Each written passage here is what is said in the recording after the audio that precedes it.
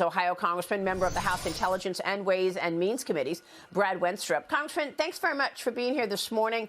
So much to talk about with you. I know that you will be leading the investigation into the origins of COVID, so I'll get to that in a moment. But I want to get your take on this issue of this influence peddling being a national security threat. Knowing that the Biden family has taken in all of this money, as per the Senate reports from Ron Johnson and Chuck Grassley, what specifically do you see as a national security threat with regard to the Biden family taking in tens of millions of dollars from Chinese officials? Well, this is the classic definition of someone being compromised. And, you know, the bottom line is, who's the chairman of the board here? Who is the big guy in all these references? And Maria, this isn't the Steele dossier that was paid for by a political party. These are things that are being unearthed that are factual. And so when the president of the United States, or as vice president of the United States, and his son have business dealings in over 50 countries, that's a problem, especially when it appears that you're giving countries access to the United States in some way, $4. You know, you're being paid to give them access. And was there abuse of using Air Force Two for your own personal gain, for you and your family? You know, they talked about yesterday about how banks, there's been about 150 suspicious activity reports. This is very serious stuff. And then the potential of engagement with human trafficking and the attempt to possibly bring China into the American energy sector to give them even more control over the United States of America when this administration has weakened our energy sector. How vulnerable do you want to be? I mean, it's almost as though, as this plays out, that you want Hunter Biden to be on Xi's cabinet in China. You know, this is really being unearthed in a lot of ways, and I hope the American people understand that this is about accountability. This is about transparency. This is about honesty and truth. This is not some type of vendetta. We are finding things that are factual and are a serious problem for our government and for our nation. Yeah. And thank you for laying that out, because that's basically the crux of it. And I wanted to make sure that you were communicating and our viewers understood the national security aspect, because when you've got the commander-in-chief having accepted tens of millions of dollars from Chinese officials, you have to ask, what do they have on him?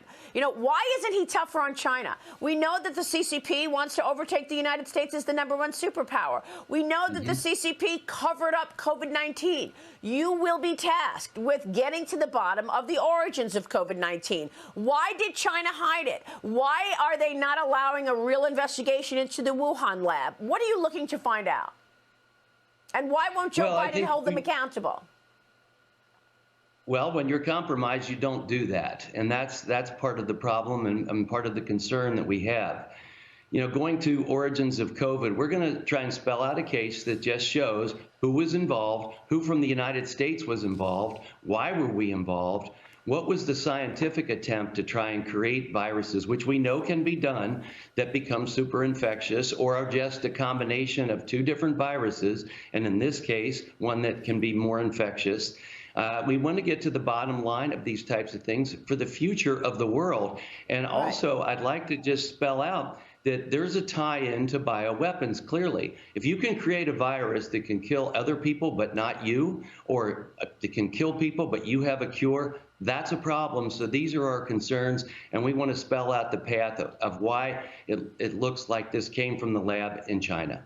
Right. And why are we continuing to give money to this kind of research? And were they actually developing a bioweapon? We're going to be watching your work very closely. This is incredibly important. But I also have to ask why the Democrats have done nothing about this. House Speaker Nancy Pelosi is choosing not to run for leadership in the new Congress now that the Republicans, you and your colleagues, will have the gavel. What are your thoughts on what this means? How will the House Ways and Means Committee move forward in terms of stopping Democrat overspending? But you also have to wonder why all of these issues that you're exploring now, like the origins of COVID-19, were not a priority for Nancy Pelosi's House of Representatives. Well, I think that a lot of those would that they would interpret that as a stain on Joe Biden's presidency. And so nothing to see here, right? No hearings on things. Let's not look into anything.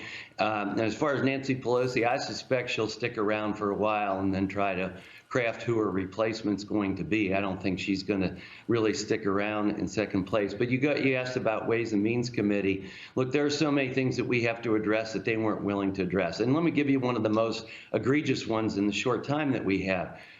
Democrats refused to look into the situation about fraud with the unemployment program that was turned out that maybe $80 to $400 billion have been taken fraudulently from the taxpayers, from our Treasury. And part of that was because they were not making people identify exactly who they were and that they were unemployed. So there was tremendous fraud, a lot of it from overseas.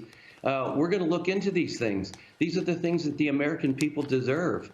You know, we want to go into a lot of things. Why did the IRS destroy 30 million documents just because they were behind? What's the data on the nursing homes, where we put COVID patients back into nursing homes?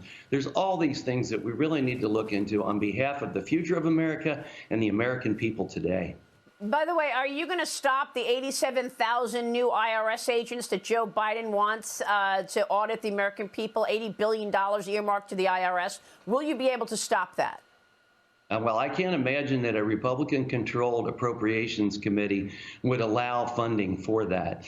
We might be able to talk about 87 going down to Border Patrol. That might work a little bit better for the American people. All right, Congressman, we'll be watching all of that. Thanks so much for being here this morning.